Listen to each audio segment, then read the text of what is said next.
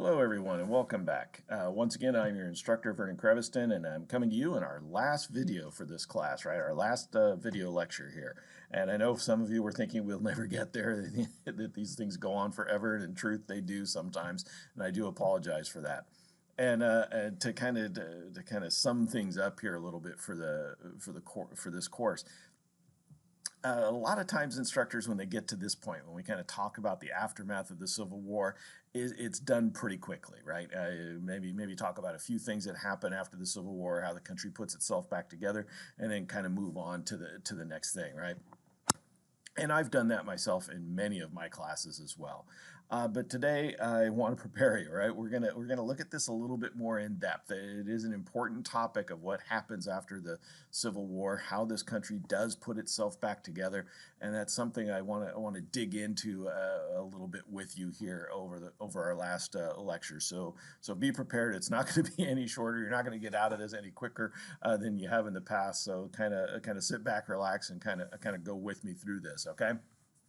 All right, so before we kind of get into anything else, I want you to just kind of think about the topic for today, right? Of course, it's called Reconstruction. That's the name historians have kind of given to this era here that occurs after the end of the Civil War and before what we call the Gilded Age, this period of rapid industrialization that takes place in the last half of the 19th century. So, it's important that we kind of think about what this era really represents, what this term Reconstruction means. And if you stop and think about it, right, historians could have used a lot of words here, right? We could have said, the period where we repaired the nation. We could have said where we remodeled the nation, right? There's a lot of words we could have used instead of Reconstruction. And really, when you get down to it, almost any word that we could have used would mean basically the same thing as Reconstruction, except for one maybe, right? And that's restoration. So here at the end of the Civil War, what I'm trying to say is this country has two options in front of it. We can reconstruct the nation, put it back together, but inherently when you remodel, repair, reconstruct something, there is the implication that it's not going to be exactly the same, that something is different, right? Think about it. If you remodel your kitchen or your bathroom in your house, you don't want it to be exactly the same as before. You want it to be better. The implication is that it will be better, that it's somehow improved, right? Restoration, on the other hand, has a different meaning, right? Restoration means to put something back as closely as possible to its original form. And those are kind of the two avenues we have here at the end of the Civil War. As things are winding down, as the South's being defeated, as its armies are giving up and going home, the big question is what happens next, right? Lincoln had kind of promised a lot here towards the end of the Civil War, especially after the Battle of Gettysburg and his Gettysburg Address, and then pushing for the 13th Amendment in late 1864 and early 1865.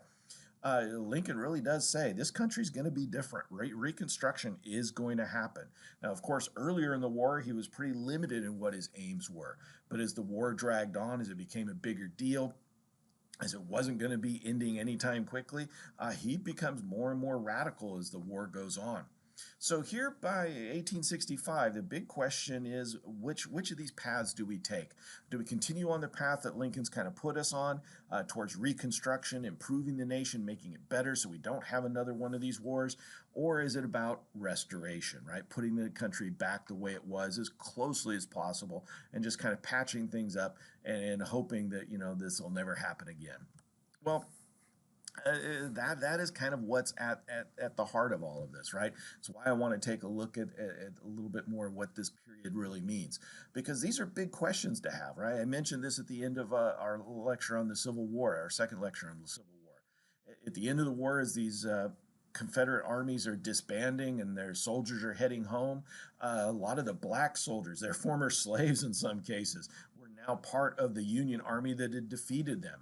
How are they going to deal with this, right? As I mentioned, one former slave, now Union soldier, Prince Rivers, he sees his former owner walking home in defeat, and he kind of tells his owner, hey, you used to be in charge of me, now I'm in charge of you.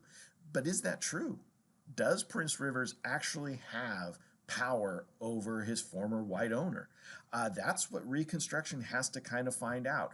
what's going to happen now that slavery's ended. That is about the only thing we can really kind of say is definitively done when Lincoln is assassinated on April 14th, right? When he dies early in the morning of April 15th, the nation goes into mourning. The nation, feels like something horrible obviously has happened. But really, it really throws up in the air what is going to happen now.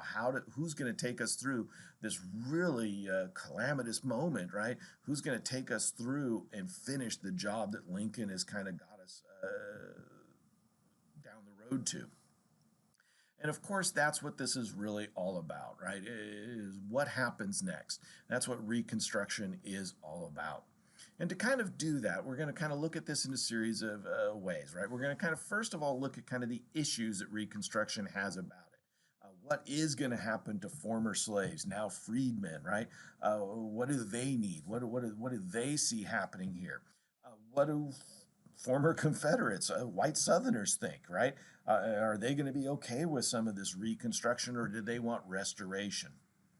And then, of course, what's the federal government going to do, right? The president of the United States after Lincoln's death is his former vice president, Andrew Johnson.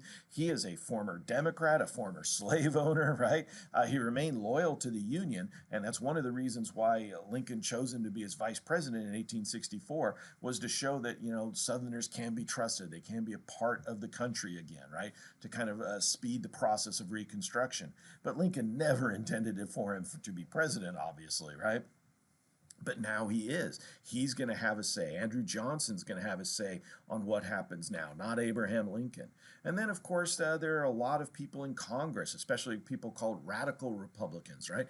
They were pushing Lincoln, saying, you're too slow. They wanted emancipation at the beginning of the war, when the minute Fort Sumter was fired on. Thaddeus Stevens and others were calling for the end of slavery. They knew what the cause of the war was, and they said, let's get it done, right? So we have to kind of go through all of that. And then, of course, we want to see what kind of changes come about from this period of Reconstruction after the Civil War. And then we want to go through a process called redemption, right? What happens when Reconstruction actually does end? So that's kind of what's on tap here. And again, there's a lot happening, and we have to kind of keep our eyes open here, right? This is a big moment in our country's history.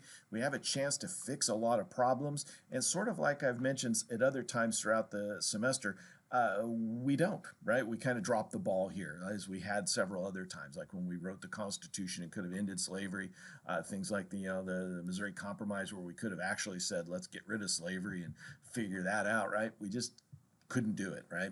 Well, once again, we kind of don't quite get the job done here, and it's going to have long-lasting implications, as I'll come back to at the end of this lecture. So let's kind of start at this and kind of work our way down the list here and take a look at some of the issues that are confronting both kind of white Southerners and black Southerners here at the end of the Civil War, right, during this early phase of what's called Reconstruction. To do that, to kind of look at some of these issues, we're going to look at a letter. And it's a curious one, and there is some doubt as to its authenticity, right? It just seems a little too perfect, right? That kind of stuff. But for the most part, it does some, even if it's not authentic, it really does kind of sum up the big things that we want to look at here. So let's take a look at this letter. It's from a former slave by the name of Jordan Anderson. And Jordan Anderson escaped during the war. He was a slave with his family in Tennessee. During the war, as the Union Army started taking over Tennessee, he decides it's time to go. He grabs his wife, his children, and he goes. He joins the Union Army. He doesn't actually become a soldier, but he works for them, makes some money, and then he moves into Ohio, okay? While he's living there in Ohio, at the end of the war, he gets, again, a strange letter, right? And it's from his former master. So what we're going to do here is take a look at what the response is to this letter that Jordan Anderson receives from his former owner, and kind of dig into this and see what it tells us about what's going on, okay? So there's a lot that we have to kind of analyze here, and that's one of the things I want you to kind of pay attention to, is dig a little deeper, read between the lines, so to speak, right? And this isn't just reading the verbatim. If you don't read this the right way, don't listen to the tone of this letter, you're not really going to understand what's happening. If you just read this kind of just plainly, matter of factly, you're going to get the wrong idea. This letter is written very sarcastically. There's a lot of intimidation going both ways in this letter. So you have to kind of be aware of those things and kind of keep that in mind. So one of the things we need to absolutely understand here, of course, is that Jordan Anderson, being a former slave, probably doesn't know how to read or write. So we have to understand that there's actually a third party here. There's not just the former owner writing to his former slave and that former slave's response to their former owner. There's also an intermediary here, right? Somebody that's kind of articulating all this for Jordan. Most likely it's one of his white neighbors or maybe another freedman that's learned how to read and write, and Jordan Anderson is getting them to kind of write this all down for him so he can respond to his former owner's letter. And again, kind of remember, since it's going through somebody else, that could change things a little bit too. So some tricky things here to kind of keep in mind, okay? But let's kind of get into this and take a look at this, right? So the letter starts off this, to my old master, Colonel P.H. Anderson, Big Spring, Tennessee. So first of all, we have to kind of look at that, right? So what's going on here? So he's saying to my old master. So he is kind of admitting that, hey, you used to own me, right? And he does kind of give him a title of respect, Colonel P.H. Anderson, right? So he doesn't say to the horrible person that used to own me or something like that. But then again, don't read too much into that. Again, this is kind of a business letter, and you kind of do that in a business letter, especially back in the 19th century. The first opening line is always kind of the person's title, right? It's an identifier to make sure this gets to the right person, the right P.H. Anderson there in Tennessee. The Anderson family could be a very big family. There could be a lot of people named P.H. Anderson, but only a couple of them are probably colonels, and we'll have to figure that since he was part of the Confederacy, Tennessee was part of the Confederacy, that Colonel Anderson was probably a Confederate officer. And again, kind of in this idea that this is more of an address rather than kind of a title of respect or anything like that, it does tell us where this letter's going to, Big Spring, Tennessee. So again, kind of keep those things in mind as we read through this, right? So the letter starts off officially, sir, right? So again, not necessarily a title of respect. That's just the way you start a letter, right? So the letter begins, I got your letter and was glad to find that you had not forgotten Jordan and that you wanted me to come back and live with you again, promising to do better for me than anybody else can. This is where we have to read a little carefully, right? I have often felt uneasy about you. I thought the Yankees would have hung you long before this for harboring Rebs that they found at your house. So think about what Jordan's doing right here, right? He's saying, hey, look, I'm really not happy you got hold of me, right? I'm afraid of you, right? I've often felt uneasy about you. And then look at what he says next. Not only am I kind of afraid of you, but I thought you would have been punished, right? That the Union soldiers would have found out about that you were hiding rebel soldiers on your plantation, right? Then he goes on to say something else even more curious. I suppose they never heard about you going to Colonel Martin's to kill the Union soldier that was left by his company in their stable. So think about what he's saying there, right? Not only am I kind of afraid of you, I really have expected something bad to have happened to you because you're a bad person, right? You fought against the country, you helped the Confederacy, you went and killed a wounded soldier, right, when he couldn't defend himself. And then he does this. Then Jordan goes on to say this. Although you shot at me twice before I left you, I did not want to hear of your being hurt, and I'm glad you are still living. Now, does Jordan really mean that?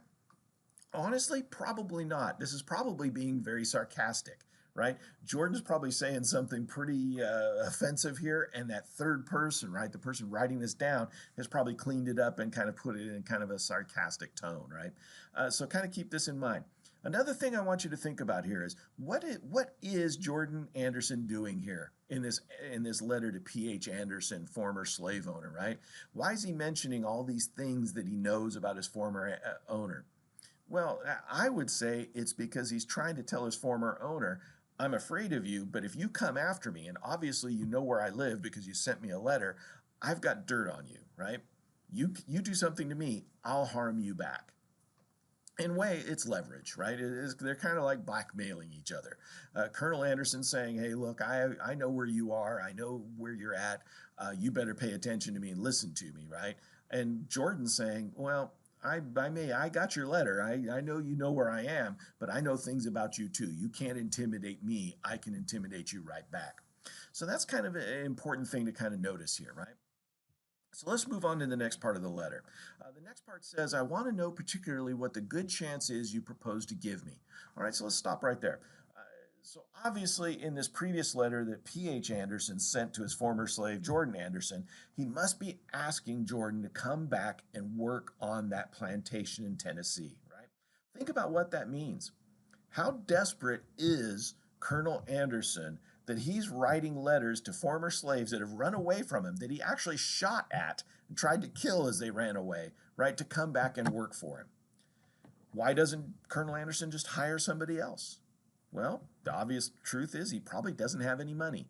And who knows that plantation better than Jordan and former slaves on that plantation? Nobody, right? They know what needs to be done. They know how it needs to be done. So Colonel Anderson, right, we can tell is probably a little desperate here. At the end of the Civil War, he's got to get his plantation up and running again. He's got to find a way to make money and pay for his bills, pay for his taxes, all of that kind of stuff. And he's got no one, right? There may still be some former slaves on his land, but they're not listening to him anymore, right? He's got to find a new way around this. So he's reaching out to his former slaves, trying to convince them to come back and work for him. Now let's look at what Jordan says in response to this offer, right? Jordan says, I am doing tolerably well here. I get $25 a month with victuals and clothing. That means food and clothing, right? Have a comfortable home for Mandy. The folks call her Mrs. Anderson. Now, again, this is kind of an important moment here, right, in this letter. Jordan's saying, look, I make $25 a month, right? Around $5 or $6 a week. I get food and clothing with that, right? I have a pretty decent home with my wife, probably better than anything you would have had living in the plantation in slave quarters. And then here's the big part, right? The folks call her Mrs. Anderson. On the plantation, Jordan's Jordan, Mandy's Mandy. They're not Mr. and Mrs. Anderson. Mr. and Mrs. Anderson are the plantation owner and his wife, the plantation mistress. They're the ones that get those titles, not the slaves, not even the overseers in some cases, right? So this is a big deal to him, right? This is a sense of respect that he and his wife are earning now, right? This idea of a personal identity that's not tied to anybody else, right? That is a big change that's happened in their life. And another big change is what he goes into next. And the children, Millie, Jane, and Grundy, go to school and are learning well. And again, think about that, right? Something that would never have been allowed in those slave codes that we've looked at all semester. And what we know is going on southern plantations. The ability for children to get an education, to maybe get jobs other than working as labor on farms, right, was never an option for most African Americans in the South. Now it's something that they have access to. The North has schools, the North has opportunities, right, beyond just farming, just agriculture. So obviously Jordan Anderson and his family are taking advantage of these things. So what we kind of get out of this is Jordan's kind of telling his former owner, I'm doing pretty well without you. I'm actually doing better without you than I ever did with you. So that kind of makes us think Jordan's probably not excited about taking up the offer from his former owner. So a couple other things to kind of keep in mind here to kind of sum up this part of the letter, right?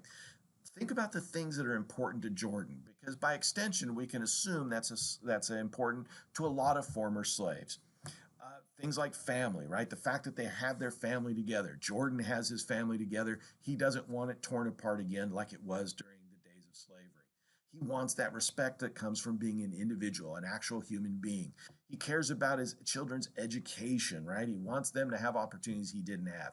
It's important that he be able to support himself, right? That the money he makes goes to him and his family. What isn't seen to be very high on his list is actually returning to his former owner, to kind of undoing all of these things. So let's kind of finish this letter off and see what Jordan's final response is here, right? We kind of see where this is going, but what is the actual answer here, right? So the letter goes on, as to my freedom, which you say I can have now, all right, there's nothing to be gained on that score, as I got my free papers in 1864 from the Provost Marshal General of the Department of Nashville. So what he's saying here is his owner said, hey, Jordan, you're free now. So since you're free, I was thinking maybe you'd come back and work for me and I'll give you some money, right?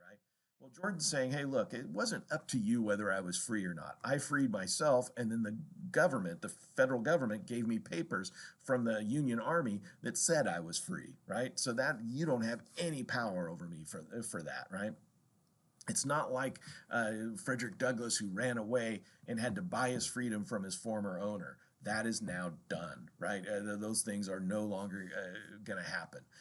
Slaves are no longer slaves, they're freedmen now. Now, Jordan goes on to say that Mandy says she would be afraid to go on without some proof that you are disposed to treat us justly and kindly, which makes sense, right? Mandy's probably been attacked several times, punished several times, maybe even sexually assaulted there on that plantation.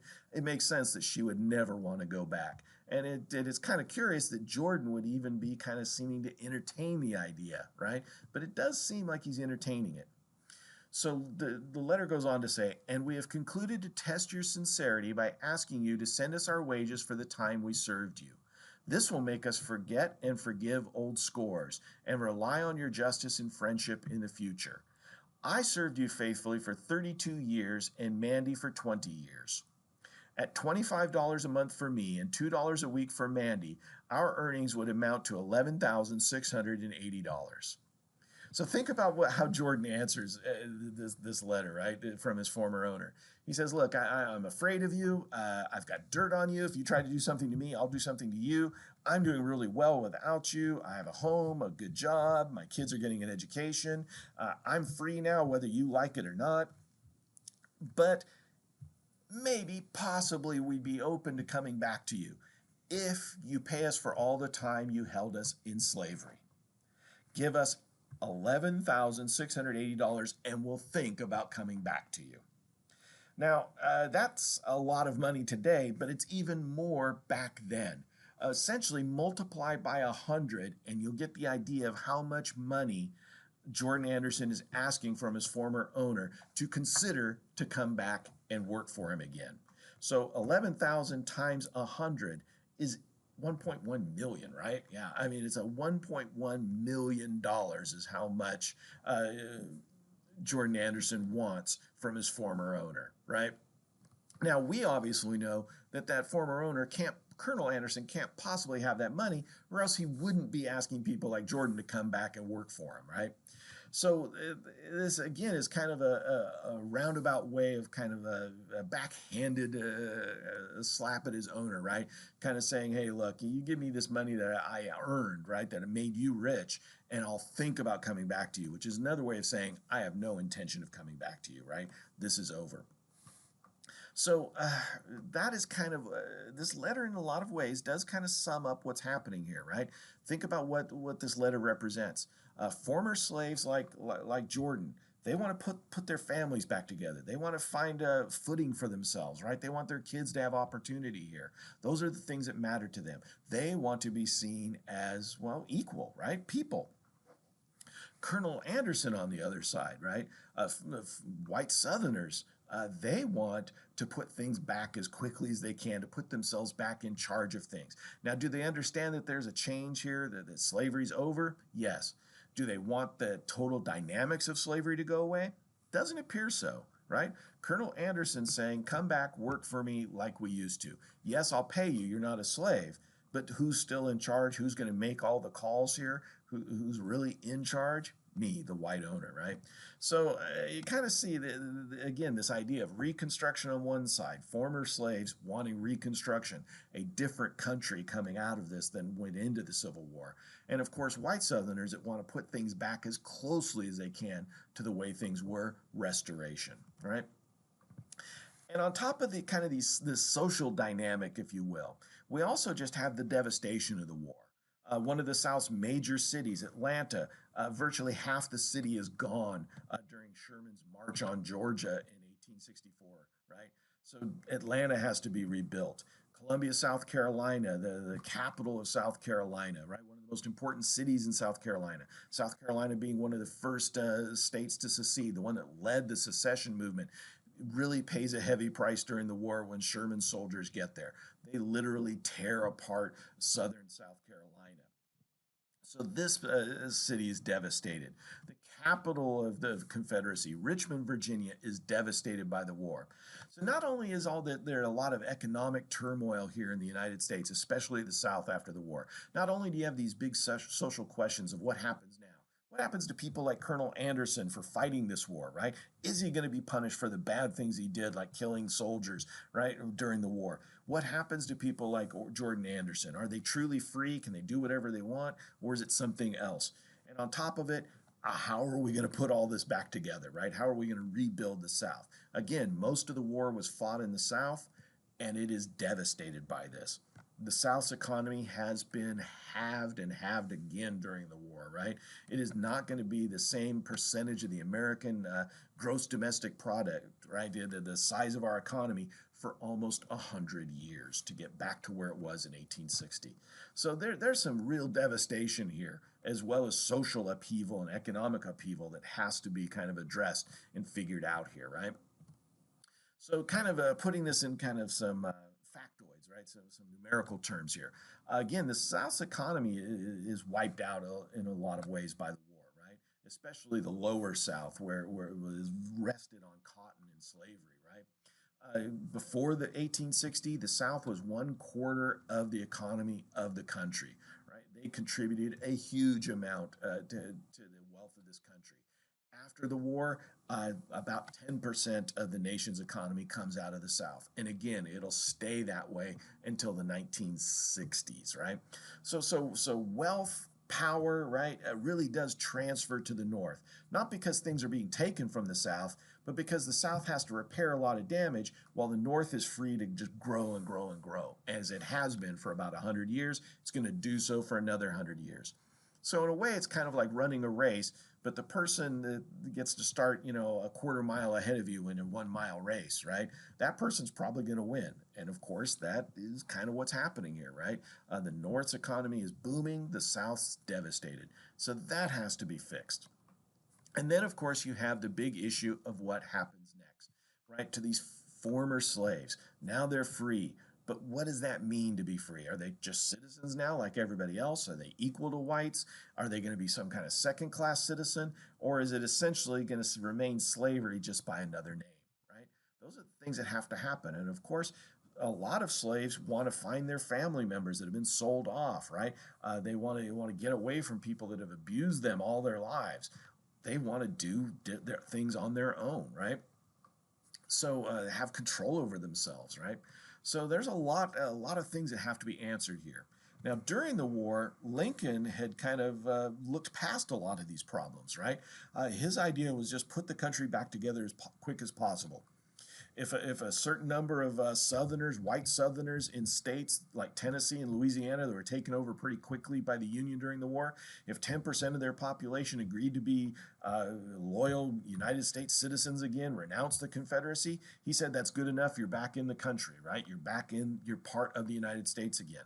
Well, that was a pretty low bar because Lincoln's trying to show that this war is ending, that the Union's winning, and to try and get Southerners to quit fighting as quickly as possible.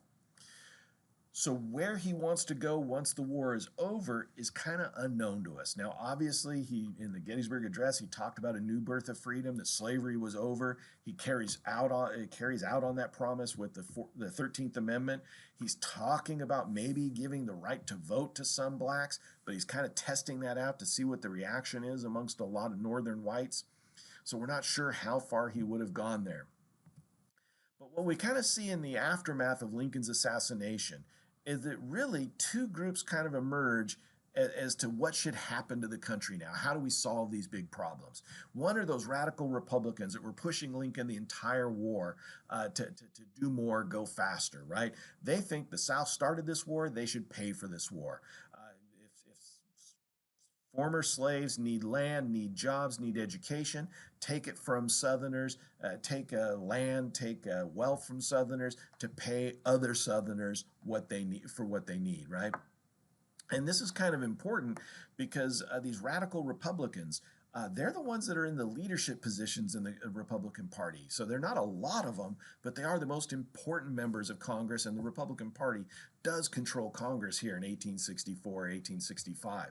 So Congress has a lot of power. This Republican Party has a lot of say in what's going to happen.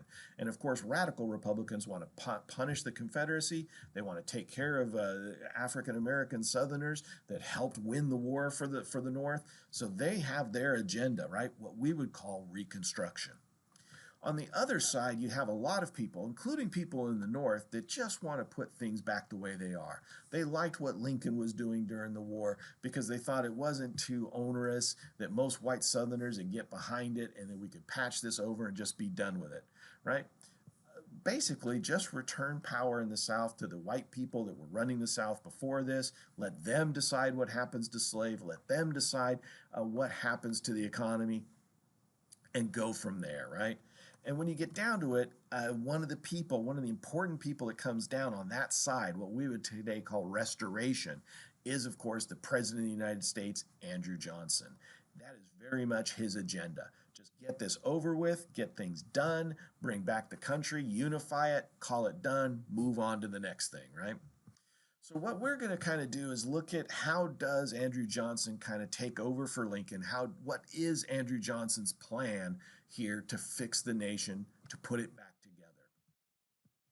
Now, of course, as I said before, Andrew Johnson is a former Democrat. He's a former slave owner. Again, he was made vice president by Lincoln to kind of reach out to Southerners, especially Southerners who weren't excited about the Confederacy in the first place, to show them that there was a path for them, that there was a way for them to come back into the country, and that they'd be accepted and be a part of it.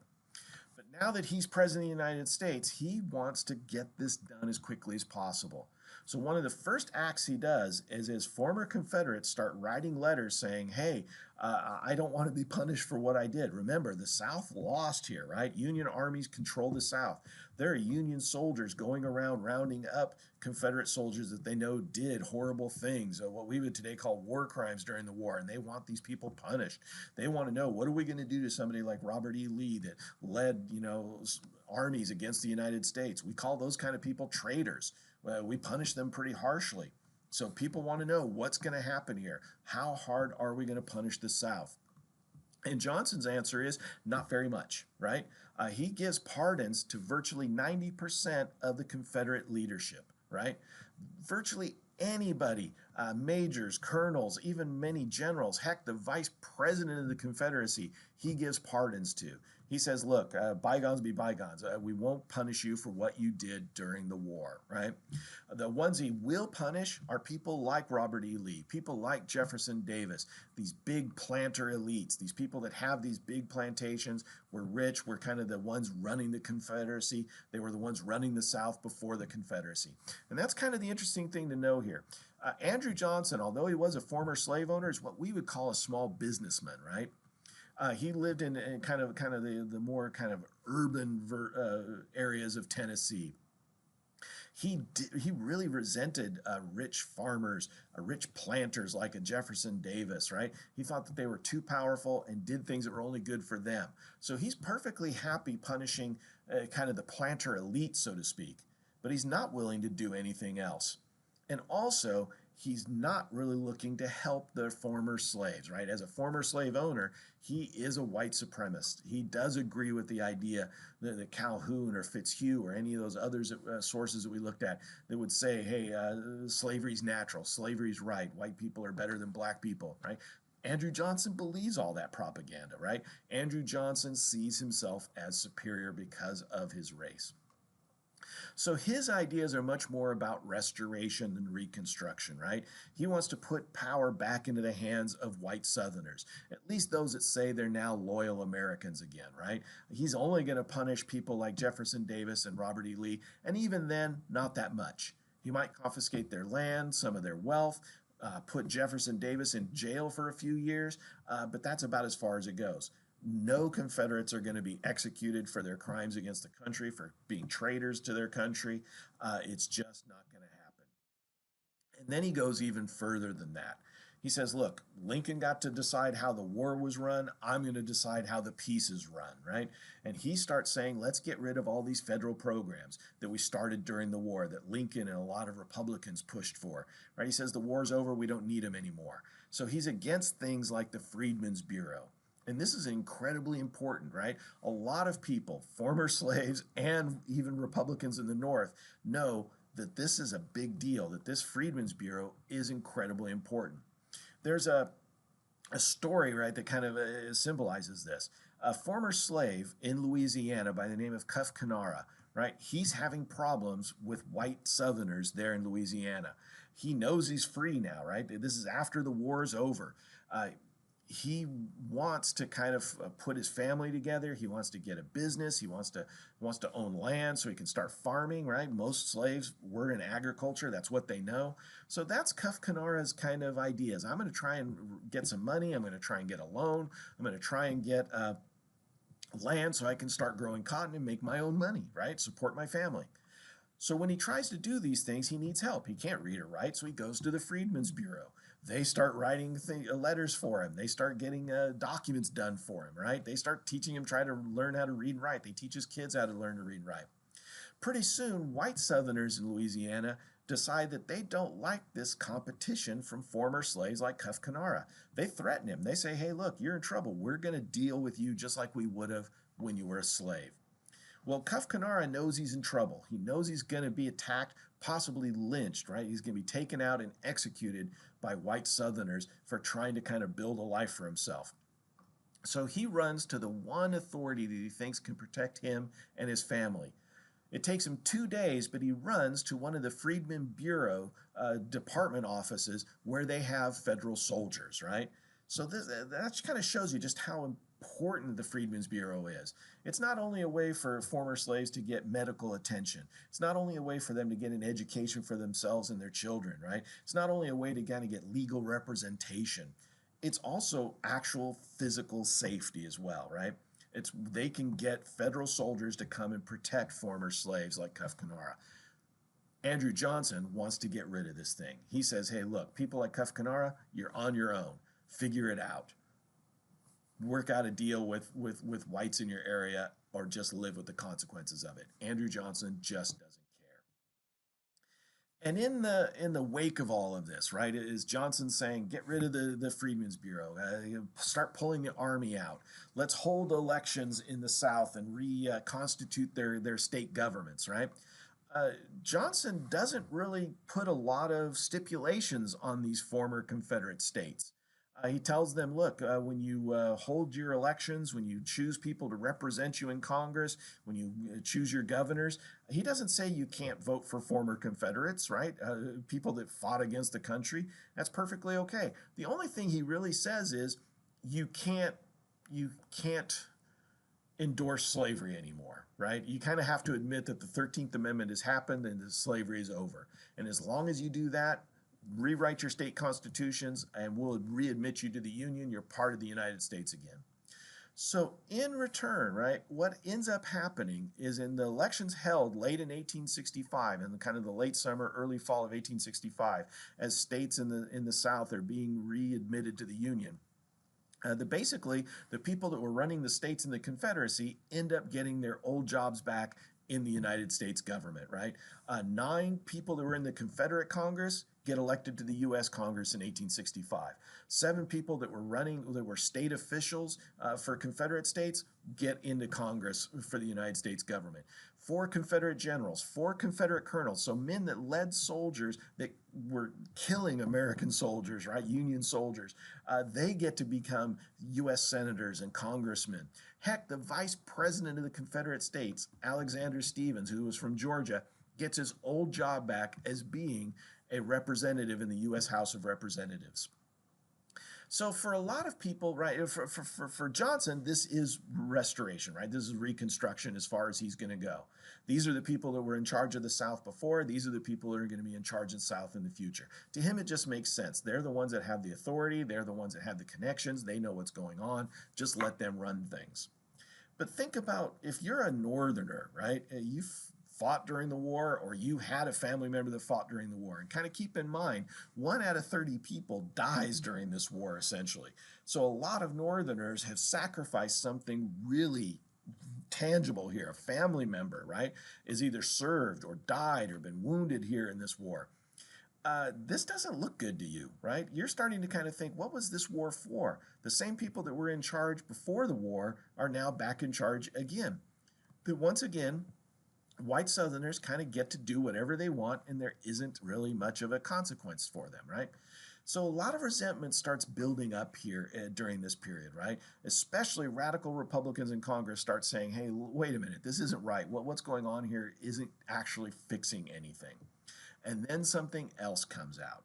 Once these Confederate officials are reelected to their state governments and to the national government, a lot of those Confederate officials now in state governments like in Texas and Louisiana start passing a series of laws. Historians today call them black codes. Every former Confederate state passed these things in 1865 and early 1866 as those states were being readmitted to the Union. And essentially, these black codes are a way to kind of recreate slavery without doing it in name, right? So again, white Southerners have to admit slavery is done.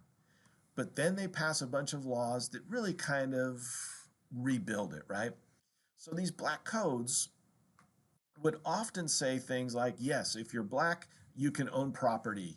You can sue people in court. You have legal rights now, right? Your marriage is an actual marriage, a legal marriage now. So in some ways, these black codes are kind of passed off as actually saying, "Hey, look, we're admitting that black people are now people, right?" But there are huge numbers of limitations on them. Yes, you can sue somebody in court, but there can't be black people on the jury. So it can't be a jury of your peers now, can it, right? You can't testify in court against whites, right? You can't vote if you're so what you really kind of see out of this, right, is that it's a bunch of limits, right? So they are saying that look, black people in the South are no longer slaves, but they're also not equal citizens, right? There's somewhere in between, right? Some kind of limitation on that. And it even goes further than that. You can't own guns. You can't assemble freely on the streets unless white people are there. You have passes from white people that allow you to do this. If you're employed, you have to be employed by a white person so that they can have some kind of authority over you. That in a lot of ways, they really are trying to recreate slavery as close as they can. There are even all kinds of penalties that if you don't have a job, you can be arrested and thrown in jail and fined, and then you have to get sold off to somebody who buys your labor to pay off that fine. That sounds and looks an awful lot like slavery. That's actually what this picture is on the screen. That is an auction that's taking place in front of the courthouse in Louisiana where a black person has been accused of a crime, maybe a crime they didn't even actually commit, and they've been sentenced and fined for a certain amount of money. They can't pay that money, obviously, so then they're sold off to somebody to work for them as essentially indentured servants, right? So when you get down to it, not a whole lot has changed. Black people don't have the right, First Amendment rights, Second Amendment rights, Sixth Amendment rights. They're not seen as citizens here. So a lot of Americans kind of go, hey, wait a minute, this seems to be kind of wrong. Some white Southerners don't like this. They feel that, hey, if we're going to go through all of this, let's make sure that we fix these problems. But really, a lot of Northerners think that this is really, really wrong, right? Again, these radical Republicans come forward and kind of articulate what's really happening here, right? For people like Thaddeus Stevens, one of these radical Republicans, he says, look, Reconstruction must revolutionize Southern institutions, habits, and manners, or all our blood and treasure have been spent in vain. Essentially, what Stevens and a lot of other radical Republicans are saying is, look, if we don't actually fundamentally change the South, right, if we just allow it to go back to the way it was before, we'll essentially end up in the same place. white Southerners will recreate slavery. They'll control African Americans. They'll use that power to control them, and it will tear this country apart again. May not mean another civil war like the last one, but this country won't really heal, right? All of this will have been for nothing. And then there's something kind of deeper here as well, right? There is this idea that something horribly has gone wrong here. Uh, in one of the most famous, widely read publications in the 19th century, a magazine called Harper's Weekly, the cartoonist for Harper's Weekly, who actually is the main cartoonist there, the political commentary is what we would kind of look at as today. Um, he's there for like 50 years at Harper's Weekly, from the 1850s all the way to the early 1900s. And Thomas Nass is his name. And he really kind of, his cartoons really do kind of speak to the, what you say in German is the zeitgeist, right? The spirit of the age, right? He's got a pulse on kind of the popular opinion of the day. And Thomas Nass in this political cartoon is trying to point out how a lot of Americans feel now that the war is over and news is coming out of the Confederacy kind of being reborn again in another name, in another way, right? In this picture, you see Lady Liberty in the center, right, touching the shoulder of an African American man in uniform. And we know that every single African American fought on the side of the Union. There are no reports of anywhere, any time of black Southerners fighting as soldiers for the Confederacy. Their owners may have forced them to go with them into battle, but that was not their choice, and they were not serving loyally as soldiers with weapons. That just never happened. The Confederacy talked about it, didn't happen. So we know this is a Union soldier that Thomas Nass is looking at. We can see the American flag flying above their heads. And there's a sentiment here, right? This soldier's obviously been wounded. He's missing a leg. He's on crutches. He still has his cap from being a soldier, right? His hat. This cartoon's kind of trying to say something here, right? It says, look, this guy suffered for us. This guy fought for us. And what are we allowing to happen? Him being turned back into a slave, even though he fought for freedom. We said this war was about giving people their freedom. So there is a sense, even amongst a lot of white Northerners that maybe didn't care about this, even as recently as 1864, right? That they didn't see themselves as fighting to end slavery. They were fighting to preserve the Union. There's still this idea in 1865 that something's gone horribly wrong, that this can't be allowed to happen. So what ends up happening is there's this idea that the federal government has to do something about this. Another radical Republican, right?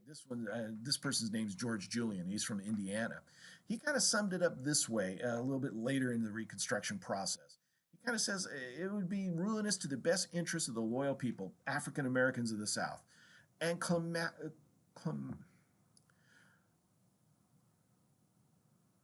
calamitous to the nation to withdraw the federal army from the South. That's what Johnson wants to do. From almost day one, Johnson's talking about getting rid of, ending the war, bringing the federal troops home, letting white Southerners just deal with their own problems, right? But George Julian is saying that'd be a calamity, right? The way of justice and equality, right, is going to be gone if we remove the federal authority. What the South needs above all things, he said, is the strong arm of power outstretched from the central authority here in Washington, making it safe for the freedmen of the South. That if the federal government doesn't do something, this will end up just undoing what the war was all about, right?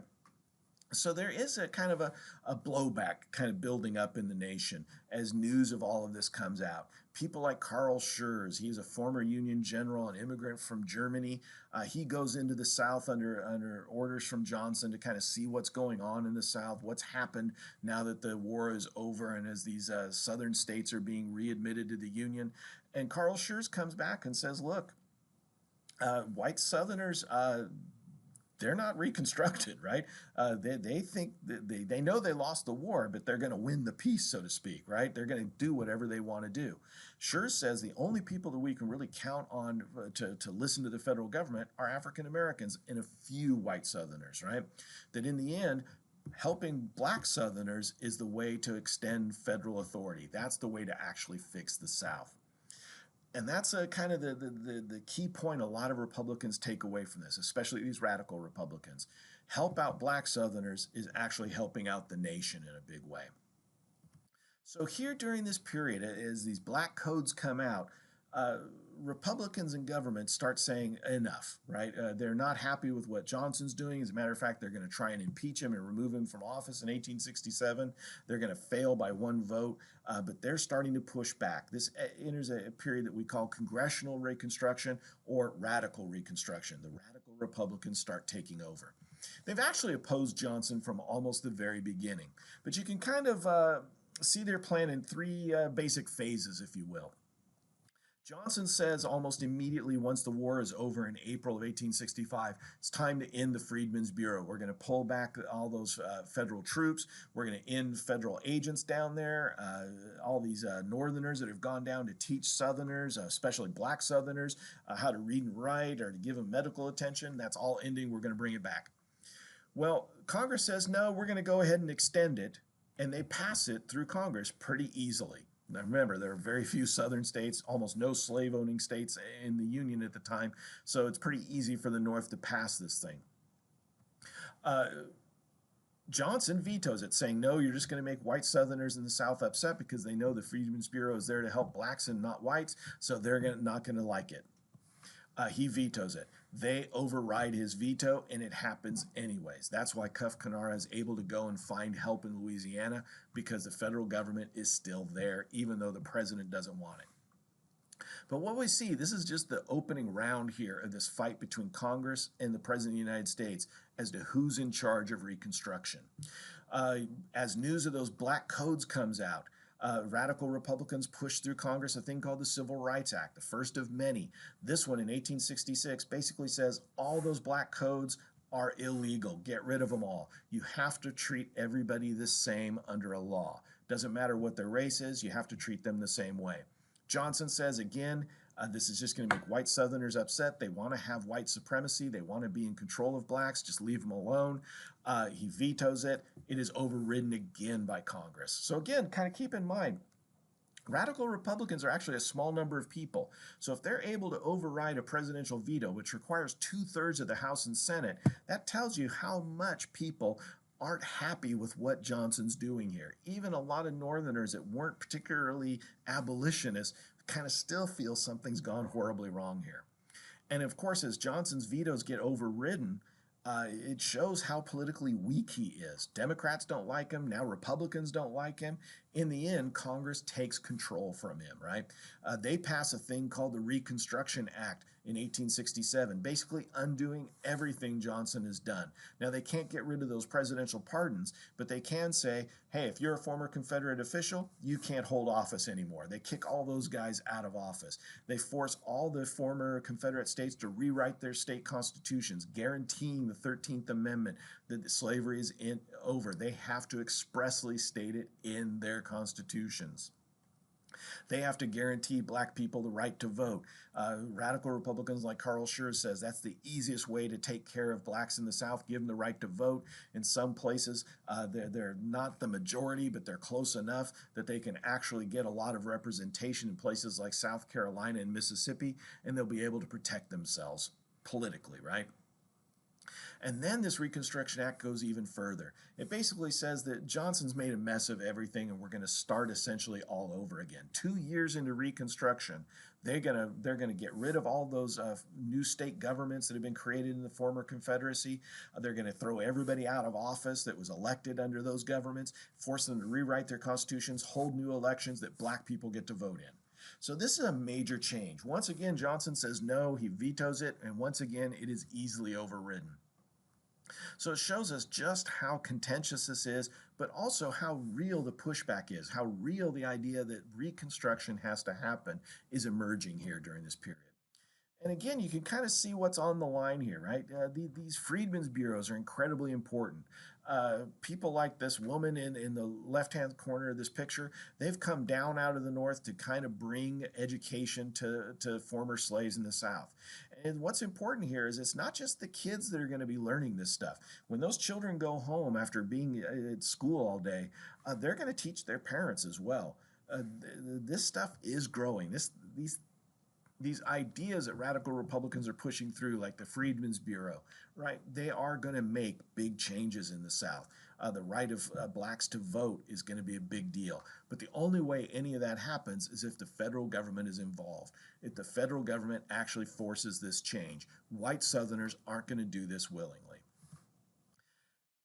And that's not lost on a lot of white Northerners, right? They understand that this isn't going to be easy. And they also understand that these laws are tenuous, right? Things like the Civil Rights Act, things like the Reconstruction Act, they can be undone. So here, as Johnson's losing power in 1868, 1867, they start, radical Republicans start proposing amendments to the Constitution. It's hard to change the Constitution, but once you do, it's even harder to unchange it, right? So if you can add an amendment, it is virtually ironclad. And one of the first ones they decide to do is guarantee African Americans, really anybody in this country, equal citizenship. We just fought a horrible war where 1 million Americans died. We need to make it about something, right? We need to prove that this country has changed, that we're reconstructing it. So they write the 14th Amendment and get it passed in 1868. All Americans born in the United States will be treated the same under the law, and the federal government will protect that equality, right? A major step forward for the United States. But they do leave one thing out of that amendment. They don't expressly guarantee the right to vote. It was just kind of understood. What ends up happening is a lot of white Southerners start saying, well, we'll treat blacks equally, but we're still not going to let them vote, right? We'll make up laws that make it impossible for people to vote. So a few years later, Republicans in the North say, all right, look, we're going to guarantee everybody the right to vote. Well, not everybody. We're going to guarantee all men the right to vote, regardless of their race or their amount of money they have, right? There's economic standings. None of that matters. If you're a male, you're a citizen, you get to vote. Once again, it passes in 1870. So again, these are big changes that are happening. This Reconstruction actually is real. And by the early 1870s, the 14th and 15th Amendment are having a big impact. More than 700,000 black men can vote in the South, right? Again, there's some severe limits here. We're not talking about women having the right to vote yet, even though women have been pushing for it for like 20, 30 years already. That's a fight for another day, so to speak, right? But there is real movement happening. About 1 out of 6, 1 out of 7 people that's elected to office in the South is now black, right? 10 years earlier, it was impossible for that to happen. Now it is possible. So real change is happening here, right? It's not just limited in some areas. It's starting to grow. It's starting to spread out. And what we kind of see is some big lasting changes are happening here because of the right to vote that's extended to everybody, right? These new reconstructed states, as we call them, right? They're going to have public education for the first time in the history of the South. Remember, that's something that just didn't happen before. Even poor white Southerners didn't have a chance to get an education. That's changed. Now prisons aren't going to be used as a way to kind of be a cudgel against African Americans, right? As a way to kind of force them into another form of slavery. Prisons are going to be more humane. They're going to be less about forcing people into indentured servitude. There's relief for poor people in the South for the first time. Things that Northerners took for granted just weren't happening in the South, but now they are. The South is changing here in the late 1860s and early 1870s. And again, a lot of this changes because of who's getting elected to office. You have black governors, lieutenant governors, state treasurers, right? People that are paying the bills for the states. Heck, there are U.S. senators now that are black, congressmen that are black. So some big changes are happening, right? African Americans are starting to have a voice in their country for the first time ever in a meaningful way, right? So this is kind of an importance of all this change, right? Just shows you just how big a deal Reconstruction can be if it's really supported and pushed, right? People like Thaddeus Stevens and George Julian pushing, things are getting done. Change is happening. And it's kind of important that it does. Kind of looking at this, in 1868, we have our first election since the Civil War, right? Johnson's incredibly unpopular. He can't run for president again. Democrats don't like him. Republicans don't like him. So it comes down to two men, really, right? For the Republican Party, they do what's worked in American politics for a long time now. Go out, find yourself a war hero, that'll support your party. They find Ulysses S. Grant, the guy that won the war for the North, right? He's incredibly popular, and he's also a staunch Republican. He supported Lincoln during the war, and he says he's going to support Reconstruction now. So Republicans easily find their guy, somebody to support them. Democrats, on the other hand, have some real problems. A lot of white Southerners that were Democrats can't vote because they're members of the Confederacy. They supported the Confederacy. They served in Confederate armies. So, because of the Reconstruction Act, they can't vote. So, they really can't run a Southern white, right? That's just not going to happen. They have to find a white Northerner that supported the war, right? Said, yes, let's put the country together, but who wasn't somebody that championed blacks being able to vote, the equal, civil rights bill, that kind of stuff. They find their man in a guy by the name of John Seymour from New York. New York is a big populous state. By choosing a white Northerner from New York, they hope to get a lot of those electoral votes and make it possible for the Democratic Party to win the election. And really, when you get down to it, it's pretty much a landslide as you would expect. Grant wins pretty easily. The Democrats are able to carry a few states in the North and a few states in the South, but not many. What's surprising here, though, is two things. First of all, that Grant, a guy that helped defeat the Confederacy, gets a lot of votes from the South. He wins a lot of electoral votes in the South. He wins more than the Democrats, and the South has been solidly Democrat for 100 years already, right, or almost 100 years. So that's a pretty amazing thing if you stop and think about it. So how does that happen? Well, the simple fact is African Americans are going to vote for the Republican Party. They will all the way from 1868, when they're given the opportunity to vote, all the way into the 1930s. When possible, African Americans will vote Republican all the way to 1932. Out of kind of appreciation that the Republican Party was the one that actually stood for their freedom and actually pushing for these changes that are happening. Something else is kind of important here as well that kind of ties into that idea that here Republicans are winning Southern votes. That if they don't push through the 14th and 15th Amendments, that if they're not pushing for the right for blacks to vote, Grant still wins this election, but it's a lot closer and it's not as meaningful. As I mentioned a few minutes ago, 700,000 black men can vote in the South. If you take those votes away, as most white Southerners want to do, Grant only has 2.3 million votes. Seymour has 2.7 million. Seymour probably wins the popular vote. Now, he won't win the Electoral College, but it gets a lot closer, and Grant barely ekes out a win. That is not a good look for the Republican Party at the end of the Civil War, right?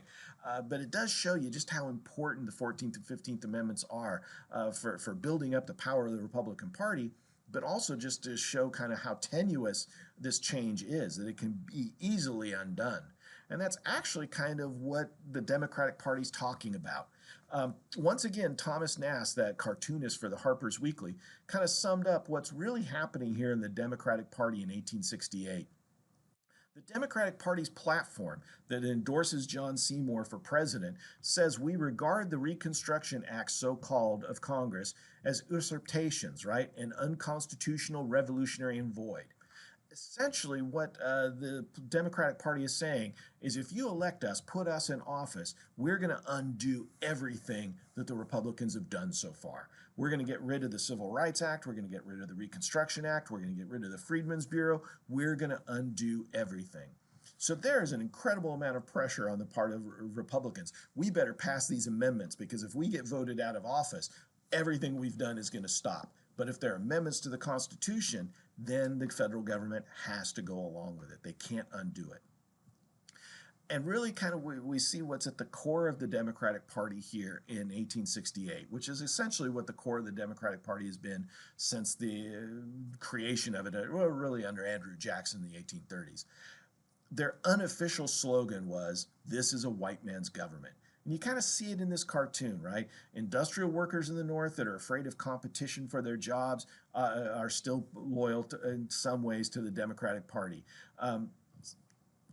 Southern Confederate soldiers, right, are going to vote Democrat because they're upset about losing power and control over the South.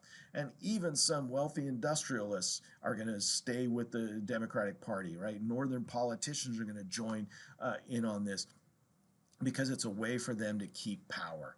And who's going to lose out on this? Well, as Thomas Nass points out, the freedmen of the South. Former slaves are the ones that are going to be kind of taken apart by this Democratic Party if it wins. Now, luckily enough, it doesn't. But it does tell the Republican Party, look, this is tenuous. This is not guaranteed by any stretch of the imagination.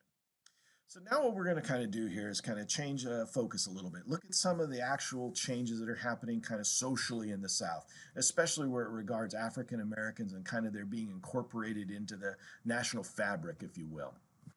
Now, it's one thing to kind of keep in mind as we start looking at some of these social changes is there's a lot of people that are involved in this change that's happening in the South, right?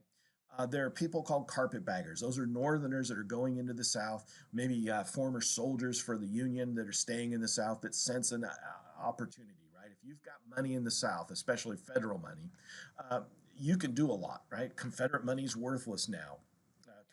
Anybody that invested in the Confederacy has lost everything.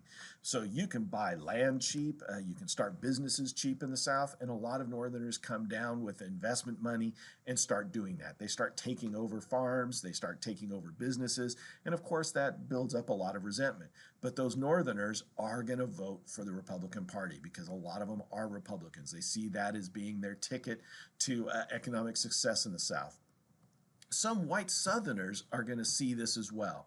They're going to say, hey, wait a minute, maybe some of this change is good for us, right? Especially a lot of poor white Southerners are going to say, I like the idea of being able to send my kids to public schools. I like the idea of having railroads and canals to stimulate economic activity. We've got to rebuild a lot of this stuff. Why not do it?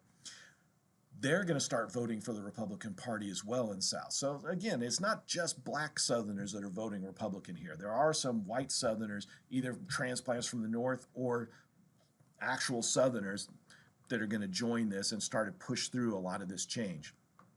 But the fact that we give those people certain names, right? These white Northerners are called carpetbaggers by white Southerners, right? This idea that they're transients, that they're coming in here and basically kind of stealing what belongs to white Southerners.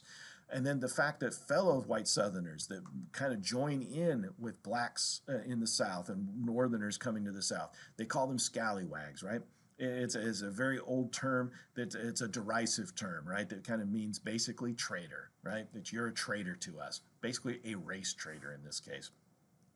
So we kind of see that there is a Republican coalition in the South that's going to power a lot of this change, but it's really black Southerners that are a core of this, right?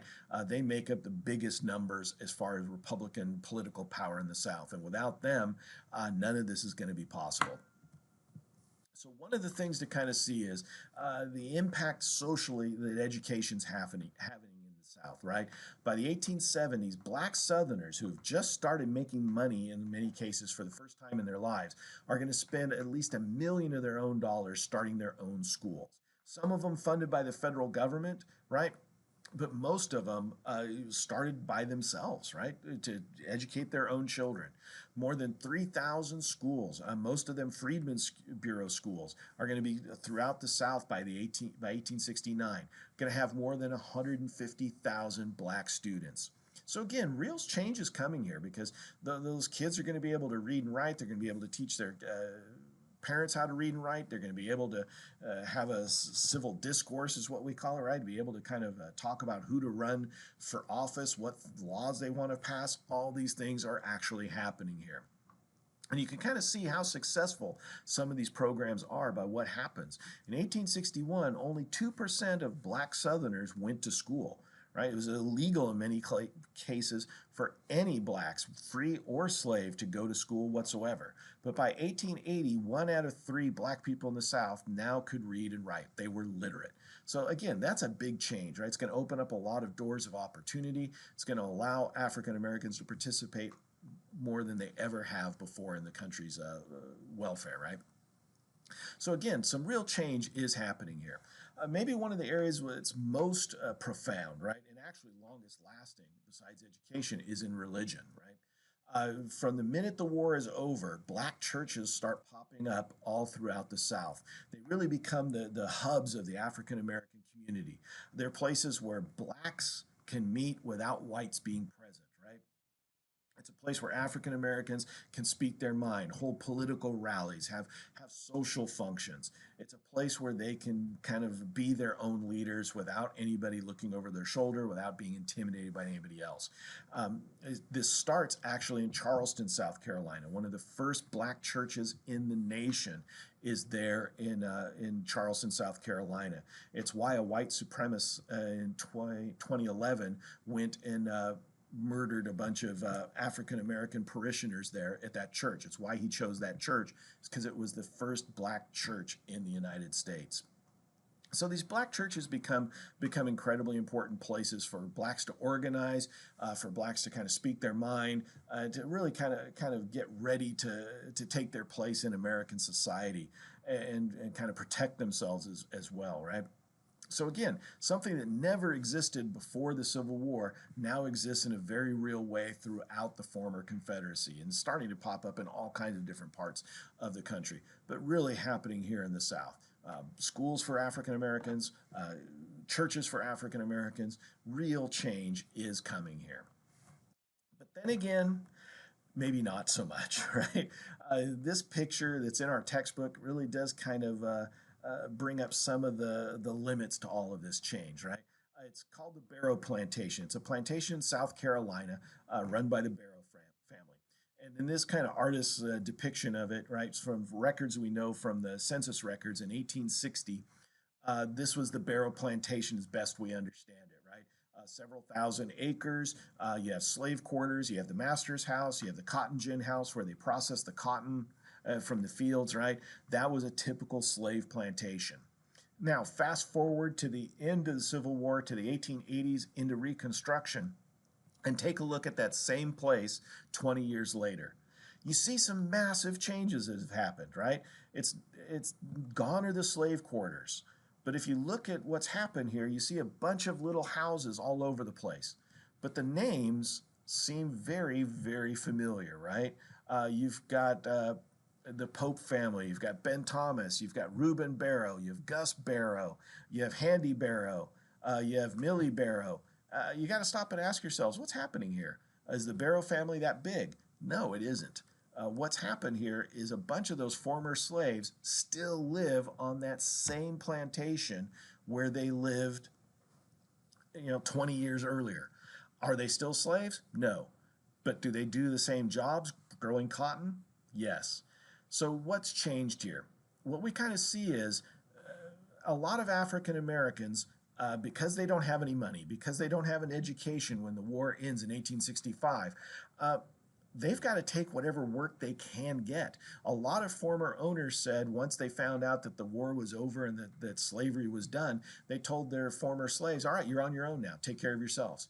They literally kicked them off the land and said, go somewhere else.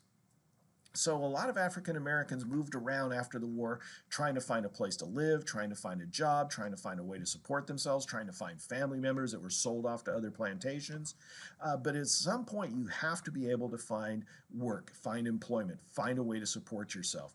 And a lot of African Americans ended up going back to their plantations. Kind of what we saw, I'm going full circle here, back to the beginning of the lecture when we looked at the Anderson letter, right? Jordan Anderson is kind of the exception here. A lot of former slaves are going to either never leave those plantations because they don't have any place else to go and can't afford to go anyways, or they're going to end up going back there eventually, right? Or to some other plantation and work for somebody else. So they're not masters anymore, these white Southern plantation owners. Now they're landlords. So how do poor people that don't have money rent land? Well, they do it by sharecropping. That's what the name we give this system that emerges here in the South in the 1860s and 70s. White Southerners need somebody to work the land. Black Southerners need some kind of income, so they reach an agreement, right? Former slaves will go and rent land from their former owners. They'll have to share the crop, hence the name sharecropping, right? Half of the crops grown on the land will go to the owner. The other half is kept by the farmer themselves, and they get it all sold off and split the proceeds. Now, that sounds fair on the surface of things, but it really isn't. The contracts that they're signed, well, since most of these people, being former slaves, can't actually read and write them, those contracts are one-sided. They put almost all the power on the side of the landowner, the landlord. He gets to decide who works where, what kind of things they grow, when they do the work. Again, sounds an awful lot like slavery. And in the end, it's the landlord that gets to decide when and where to sell the crops and how much money everybody gets. So a lot of these landlords are able to cheat their way through this, keep most of the profits for themselves, and keep their tenant farmers, as they're known, in debt to them so they can't leave and have to stay there and keep working for them for their entire lives. So, as successful as Reconstruction has been in the 1860s, is it super successful? No, there isn't a whole lot of change here. For a lot of African Americans, you're still on the same plantation you've lived your entire life, maybe generations of your family have lived. You're doing the same exact work, agricultural work. You're working for the same exact people, the people that used to own you. But there is some change. As you can kind of see on this picture, right? There's now a church there that African Americans can go to where they can organize themselves. They have some rights now. There's a school there that they can send their kids. There's a chance that their kids can get an education and get off of that land and go do something else. So there is hope here, right? And it is a kind of a tremendous amount of change if you stop and think about it. For the past 200 years in this country, African Americans have been seen as just property that can be used by whites to further their economic means, right? Now African Americans are finally getting an opportunity to build some of that wealth for themselves. So this change is coming, right? I mean, within 20 years of the end of the Civil War, a lot has changed in the South, but it is a slow process and it takes a lot of time. And that's what kind of brings us to that pushback, if you will, right? Uh, Here in the 1870s, a lot of white Southerners say, hey, wait a minute, this isn't running really well, right? Our states aren't run well. There's a lot of graft, there's a lot of corruption. And they're right, but it's actually across the board. One of the most corrupt administrations in the history of the United States presidency is the Grant administration.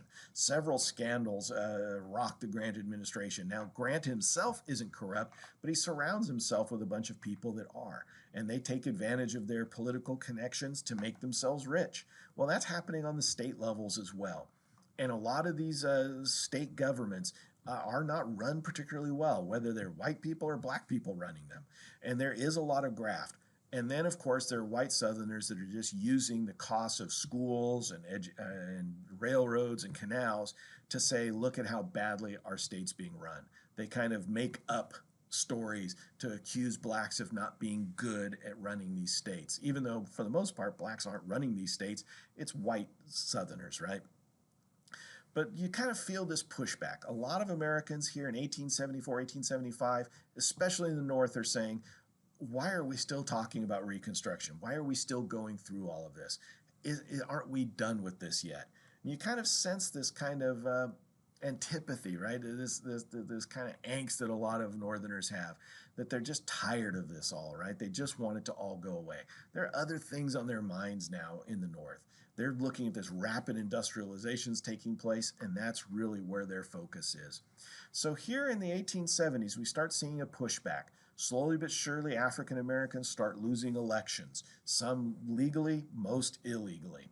A lot of white Southerners start using intimidation, things like the Ku Klux Klan, born almost immediately at the end of the Civil War, is going around intimidating African Americans, trying to make sure they don't vote. And the Ku Klux Klan is not alone. All kinds of white supremacist groups start in the South in the 1860s and 70s to try and undo a lot of this change that's been coming about. So that's what brings us to this moment, right? This election in 1876. We see a big moment here, right? Once again, Republicans do what they're getting good at this point: find a war hero and run him for president. Uh, Grant is too old; he's had two terms now. His administration is seen as too corrupt. Republicans know they have a problem. As a matter of fact, they have a really big problem because in 1874 they lost control of Congress to the Democratic Party. The Democratic Party is making a big comeback here because Republicans have been pushing the same thing for 10 years now: punish the South, change the South. And it doesn't look like it's going really well. And on top of that, there's all these other problems of corruption and just ill management that it looks like the Republicans are behind. So in 1876, we're ripe for change here. Republicans have been running the country for 16 years, and some people are thinking maybe it's time for a change. And the Democratic Party has gotten a little wiser here. Once again, they know they can't run a white Southerner, but the Democratic Party looks for a white Northerner, again from New York, one of those big and populous states that has a lot of electoral votes. But this time they run on a reform platform, right? They're not talking about undoing Reconstruction. They're just talking about getting corrupt Republicans out of office so that things will run better. And that's a message that resonates with a lot of people, especially Northerners. The Republican Party, on the other hand, as I said, does what they've always done. They go and find a war hero. They choose another general from the Civil War, Rutherford B. Hayes, and run him as their guy, basically saying we're going to continue on with the policies we've been doing and vote for us. And as we see, it doesn't go well for the Republicans. They actually lose the Electoral College 165 to 184, and they definitely lose the popular vote 4 million to 4.2 million. Now, there is one thing that we have to kind of look at here, right? The Tilden wins New York and a few other northern states. That's not really surprising. That most of the North votes for the Republican Party, still not very surprising. What is surprising is what happens in the South. Not a single state goes to the Republican Party this time. Just 8 years after Grant won almost all of the South, the Republicans win none. So how does that happen? And you'll also notice something else. 3 states we don't even know who won: Louisiana, South Carolina, and Florida. It's always Florida. They have some issues in their elections. So what's going on here? Why does the Republican Party lose so badly in this election? Well, the simple answer is the Democratic Party cheats on an unprecedented level in this election, especially in the southern states. Now, don't get me wrong, both parties do cheat a lot in the 19th century. It's just pretty standard. Going all the way back to the Jefferson administration, you can find people accusing the other party of cheating. But here in 1876, it is rampant, especially in the South. As a matter of fact, in places like Louisiana, there are places where there are more votes than people, and the Republican Party gets almost none of those votes. Or if they do get votes, it's only a fraction compared to what the Democratic candidates are getting. And what we also notice is in a lot of places, African Americans aren't allowed to vote. In places like Tennessee and Mississippi, the Ku Klux Klan, what are known as white leagues, these white supremacist groups, often just former Confederate soldiers, go around and intimidate black voters and keep them from voting. So it's no wonder that the Democratic Party does so well in this election. 700,000 African Americans are basically kept from voting, and because of that, the Republican Party gets almost no votes in the South and wins no electoral votes in the South. But this corruption, this voter fraud, as we would call it today, is so obvious that even the Democratic Party has to admit that, yeah, in places like Louisiana, Florida, and South Carolina, it was so bad that they cheated, right? They got caught cheating. So in 1876, the Electoral College actually can't determine a winner. No matter what, Tilden doesn't have 185 votes. You need 185 to win. He doesn't have it. Who does? No one, right? But if those 3 contested states, South Carolina, Florida, and Louisiana, if their electoral votes are given to either candidate, then they have enough to win. All right. So here in 1876, the Electoral College can't make a decision, right? They can't determine a winner, so it's supposed to go to the House of Representatives. But because the House of Representatives is controlled by the Democratic Party right now, it is a foregone conclusion that they're going to name Tilden the winner of the election. But the cheating was so obvious that a lot of Republicans claim that that is unfair in and of itself, that the Democrats shouldn't win for cheating, especially when they say they're trying to run on a reform platform of undoing a lot of corruption. To win through corruption is just, insult to injury. And honestly, the Democratic Party kind of has to admit it. They know that if they try to take this election through the House of Representatives, that it may not go their way to begin with. Enough Northern Democrats may switch and choose the Republicans, and they might not get anything out of this. So they come up with a compromise, right? It's called the Compromise of 1877. The Democratic Party agrees to turn over the electoral votes of those three contested states, giving Rutherford B. Hayes the presidency. In return, however, the Republican Party has to agree to end Reconstruction, pull the army out of the South. Think about it. 12 years after the end of the Civil War, there are still federal troops in the South making sure that things like the Freedmen's Bureau and black politicians aren't being attacked by white Southerners. There are not many of them, but they're still there.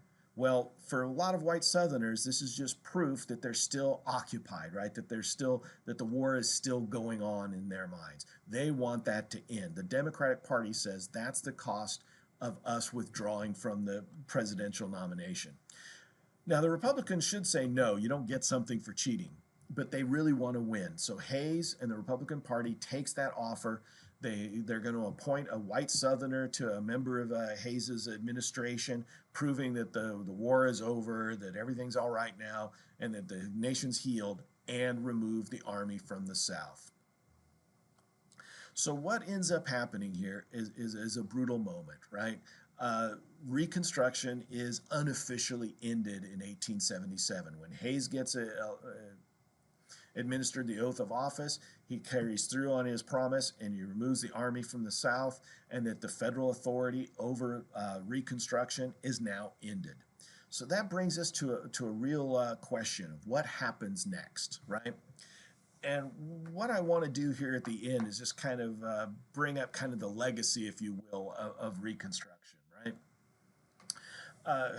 To kind of point out that this stuff is still very current, that we're still living with the impact of all of these things that happened 150 years ago. Turn your attention to this photograph. Here you see construction workers wearing bulletproof helmets and bulletproof vests operating in the dead of night to take down a monument, right? And a monument done at the end of Reconstruction. And so that's kind of curious if you stop and think about that right then, right? Most of the time, construction workers don't work late at night unless they're working on roads. The fact that they feel they have to wear bulletproof material to do this job tells you that they think that some people aren't excited about this. So what is it that's so controversial here, that some people are going to be so upset about that this has to kind of be done secretly in the middle of the night? Well, they're taking down a monument that commemorates an event that happens during Reconstruction, during the Grant administration. The state of Louisiana, specifically the city of New Orleans in Louisiana in 1874, has decided it's going to integrate its police force. It's here in the late 19th century where a lot of cities, especially these big cities that are growing and growing here in the 19th century, decide they need professional police forces to kind of keep order in the city. Louisiana's decided to start having police forces, and the city of New Orleans has begun hiring police officers. And then they decide, because there are so many African Americans living in New Orleans, that they should have black police officers. They're going to be the first integrated police force in the United States. Now, it kind of makes sense. 1/3 of the population of Louisiana is black, so it makes sense to have black police officers. But white Southerners are aghast. They cannot stand this idea. The idea that a black person could arrest a white person, that black people have authority over white people, just infuriates white Southerners, especially white Southerners in Louisiana. So white Southerners in New Orleans, especially former Confederates, decide they're not going to take this. They attack these Republicans that are behind all of this, right? These Republican officials in the state of Louisiana, and they decide to have an uprising. They're going to kick them out of office and take control of the city of New Orleans and maybe even the state. Within a few days in September, this actually happens. White Southerners grab their guns, start shooting at the courthouse, start shooting at federal officials, start shooting at local officials for the state of Louisiana and the city of New Orleans, and chase them out. Those members of the city government of New Orleans call the governor of Louisiana a Republican and say, "We need help, send in troops to protect us." But that there aren't any militias, there aren't any National Guard, so to speak, to kind of call out. The governor of Louisiana turns to the federal government contacts the President of the United States, Ulysses S. Grant, and says, I need help. I have an insurrection on my hands. White Southerners are trying to take over control of New Orleans, and they might take control of the whole state. Send troops. Grant says you need to take care of this on your own. Nobody here wants to deal with this. Everybody in the North is just tired of all of this, right? Just deal with it on your own. The governor says, I can't. So reluctantly, Grant calls out a few hundred federal troops, sends them down, and they put down this rebellion, right? Now, in the end, several black police officers and some white police officers are killed during this, right? And we would think that this monument that's put up in the aftermath of all of this would have actually been dedicated to those white officers and black officers that were fighting to kind of keep control here, doing their duty, so to speak. But that's not what that monument is actually about. It goes up in 1891. It does commemorate this rebellion in 1874 in New Orleans, but it is not for the police officers that were killed. It's not for the officials of the town of New Orleans that were chased off and fired on by white Southerners. It actually was dedicated to the people that did the rebellion, right? At the base of that statue, it says, United States troops took over the state government and reinstated the usurpers, right? And reinstated these Republicans, right? But the national election of November 1876 recognized white supremacy in the South and gave us our state. So this election in 1876 is absolutely crucial, right? When Republicans have to make a deal to retain control of the national government, the federal government, they basically allow white Southerners to go back in control of the South, right? That is what we call redemption. And they absolutely, honestly, openly admit it on the base of a lot of these Confederate monuments if you go and look at them, right? This monument, one of the first ones to go up in this period called Redemption, memorializes this idea that these Republicans, black Southerners, right, were somehow taking away things from white Southerners, especially former Confederates, and that when they got back in power, they would be once again the ones in charge and things would go back to the way they were. So that brings us to this period called Redemption. And I will go through this pretty quickly. I do promise we're wrapping up here. I know this has gone on for a while. But again, I think you can start seeing some of the connections to the present that Reconstruction really does have. It still resonates with us in a very strong way because we didn't deal with these issues the way we should have at the time, right? We should have kept Reconstruction going for another 20 or 30 years. You can't undo 200 years of slavery in 5 or 6 years. It's just impossible, right? So what we kind of see here coming out of this is the fact that from almost the very beginnings, at the very end of the Civil War, were the beginnings of this counter-revolution that I just talked about kind of in this rebellion in 1874, right? A lot of Southerners didn't want anything to change, right? They had this idea of African Americans are just property that you own to help grow cotton, to make you rich, right? So a lot of white Southerners continued to threaten blacks, whether they were slaves or now that they're free, didn't matter. They're going to keep doing things the same way. By the late 1860s, this intimidation process, aided by things like the Ku Klux Klan that was set up in 1866 by former Confederates, they're able to start taking control of southern states again, get blacks voted out of office, or if there are still blacks voting and some people being elected to office, to make them so small in number that they really have no real political authority and power, right? And a South Carolina newspaper kind of brings up what all this is about, right? It kind of said these constitutions and governments that have been forced on us by the federal government, right, will last just as long as the bayonets which ushered them into being shall keep them in existence and not one day longer. So basically, a lot of white Southerners, especially former Confederates, are saying the minute the federal government's out of here, the minute there's no federal authority, we're going to do what we want again. We're going to take back control. That's what redemption is all about. And you kind of see this glorified in things like this film called Birth of a Nation that kind of glorifies this period in Reconstruction where white Southerners are taking back control, right? If you watch this film clip, it's on my YouTube channel. Go ahead and take a look at it, and you'll see that the heroes of the story are the Klan. These people that are fighting for white supremacy, like in that moment in the previous episode I was talking about with this rebellion in Louisiana, New Orleans. Uh, what we also kind of see is who the villains are. And they're black troops, these black federal troops that have been in the South keeping order, protecting the rights of African Americans. They're the enemy. They're the ones that are seen as the dangerous people that need to be dealt with. So kind of you see this kind of this turnaround that's happening very quickly, this kind of backlash to Reconstruction that's taking place all through the 19th century and into the 20th century as well. Once again, Thomas Nast kind of has a important take on things, if you will, right?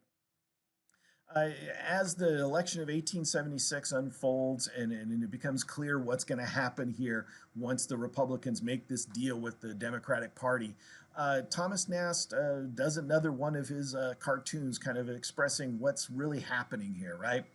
And in this cartoon, Thomas Nast kind of points out that in a big way, restoration has now happened. Right at the top of this cartoon, it says the Union as it was. This is a white man's government, going back to that idea in the 1868 election, right? That because of groups like former Confederates and these white leagues or the KKK with this intimidation and this violence, they've undone a lot of the things of Reconstruction.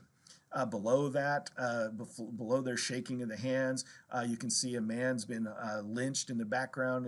As part of this terror, that one of those schools, either a private or a freedmen's school, has been burning in the background. That a black family is huddling together, trying to find safety, protection when there isn't any against these white Southerners. And of course, there's this idea of the lost cause, that the people like these former Confederates are kind of talking about the fact that they're fighting for their rights, that those rights have somehow been taken away because somebody else gained them, right? It's a weird idea, this lost cause, right? But the key point of this cartoon, I think, is where it says worse than slavery, right? And I think Thomas Nast is onto something here, because Reconstruction promises a lot to African Americans. It promises them that they are now citizens like everybody else. It promises them that they have the right to political participation, the right to vote like everybody else. And for a few short years, it actually happens. But by the early 1870s, a lot of that's being undone. I mean, think about it. The city of New Orleans, the KKK and the White Leagues are so sure of their control, so sure of their support, that they can attack the local government and the police force and get away with it, right? It takes federal intervention to put this thing down. So, in some ways, Thomas Nast is absolutely right. This is worse than slavery because you've promised somebody freedom, you've actually said they're entitled to it, and now it's being taken away because there's nobody there to enforce it. There's nobody there saying, no, that's not right, we won't let it happen. That's really the tragedy of Reconstruction, if you will, right? There's a tremendous amount of promise there, but not a lot of delivery on that promise, right? And what you kind of notice is in response to that, as Democrats take control in the South, they use that violence to take political control. And once they take political control, they then pass laws that give them even more power and more authority, right? Places like South Carolina in the 1890s start passing laws that okay poll taxes, that you have to have money to pay to vote. So they only enforce those subjectively, right? They may not, if they know that this white person over here is going to vote Democrat, they'll let them vote without paying a poll tax. But this black person or this white person that may not vote the way they want to, they'll say, hey, you have to pay the tax. But if you're poor, you don't have money to do that, right? Especially if you're a sharecropper, which most African Americans in the South are. They also do things like literacy tests, once again, kind of subjective on who actually has to pay them or actually has to pass them. But these literacy tests basically say, hey, look, if you can't read and write, you can't vote. Well, actually, the 15th Amendment doesn't say anything about that. It just says you have to be a citizen, and that's it, right? But so the Southern governments, right, the Southern whites start creating all these ways to kind of take back control, take back power for themselves. Things like grandfather clauses. They'll say, hey, look, if your grandfather could vote, you can vote. Well, a lot of African Americans, their grandfathers never could vote, even if they were free, right? It just wasn't allowed. So another way to take back control. And once they take back control, then they start passing laws that say things like separate schools shall be provided for children of white and colored races, and no child of either race shall ever be permitted to attend a school or provided for children of the other race, right? The absolute segregation, separate segregation. So there's all these things that are going to be imposed, and much of them will stay for almost another 100 years. It won't be until the 40s, 50s, and 60s that a lot of this segregation, as we call it, gets undone. So once again, right, Reconstruction offers a lot but doesn't deliver very much. And some African American intellectuals of the period, of the early 20th century, one famous Harvard instructor, W.B. Du Bois, or actually Emory College, but he went to Harvard, right? He kind of summed it up this way, this period called Reconstruction. The river has its bend, the slaves were free, stood a brief moment in the sun, excuse me, and then moved back again toward slavery. So, I mean, question here to kind of end things in on, is Du Bois right? Is Du Bois right that there was a brief moment where there was some kind of freedom for African Americans, especially in the South, and then it was taken away? Or was Reconstruction actually able to get something done, right? That slavery didn't just come back by another name. And that's kind of the thing to think about here. In the end, Reconstruction is a bit of a failure. It promises a lot and doesn't deliver. Du Bois is right in that regard. But he's wrong in this. The groundwork for the future change, right, that's going to come in the 1950s and 60s is absolutely there because of Reconstruction. Because of the Civil Rights Act of 1866, we can have the Civil Rights Act of 1964. There's a precedent for it, right? Because of things like the 13th, 14th, and 15th Amendments, it gives people a legal framework to challenge a lot of these laws. They won't be successful for 80, 90 years, but there is the chance to overturn all of this stuff. So, so Reconstruction is complex, is the best way to understand this. It does fail ultimately because it should have been done right away. These things shouldn't have had to wait another 80, 90 years to actually come to fruition. But the fact is that they can come, right? There is a path forward there. It's not going to be easy, but it is a way to get there. And then, of course, there's something else to kind of think about. Just over the course of the entire semester, right, we've seen a huge shift in where our country started to where our country actually is, right? The place of African Americans in American society has shifted incredibly, right? Originally, slaves, indentured servants, transitioning now to actual citizens, to part of the body politic. That is a tremendous change over the course of this semester. Another big one is industrialization, right? This market economy that's done nothing but grow since our independence and the establishment of our nation. But one of the things that maybe hasn't disappeared, that we're still debating about, right, that connects to a lot of these other issues, this idea of personal liberty, the rights of the individual versus the rights of a government to govern a country and to bring those rights to as many people as possible, right? We're still fighting over where does an individual's liberty begin and end, and where does the collective government begin and end, right? So Reconstruction answers some of these questions, right? Slavery's done. But what exactly is the place of African Americans in society? Well, that's got to be worked out still, right? What is going to happen with industrialization? That's an ongoing process, right? So America's not done here. But some massive changes has come. Right? We started this course, there was not even a thing called America, right? By the 1780s, there is a thing called America. And then what does that country look like? How does it run itself? That's what we've been looking at over the past couple of weeks. So that's the conclusion of our course. Think about some of these big things. Keep in mind that a lot of this is still connected to us today. We're still debating over these things to this very day. So while this does seem like it happened a long time ago, its effects are still being felt even to this day. All right? Thank you guys once again. I appreciate all your patience and everything, and I will talk to you again soon.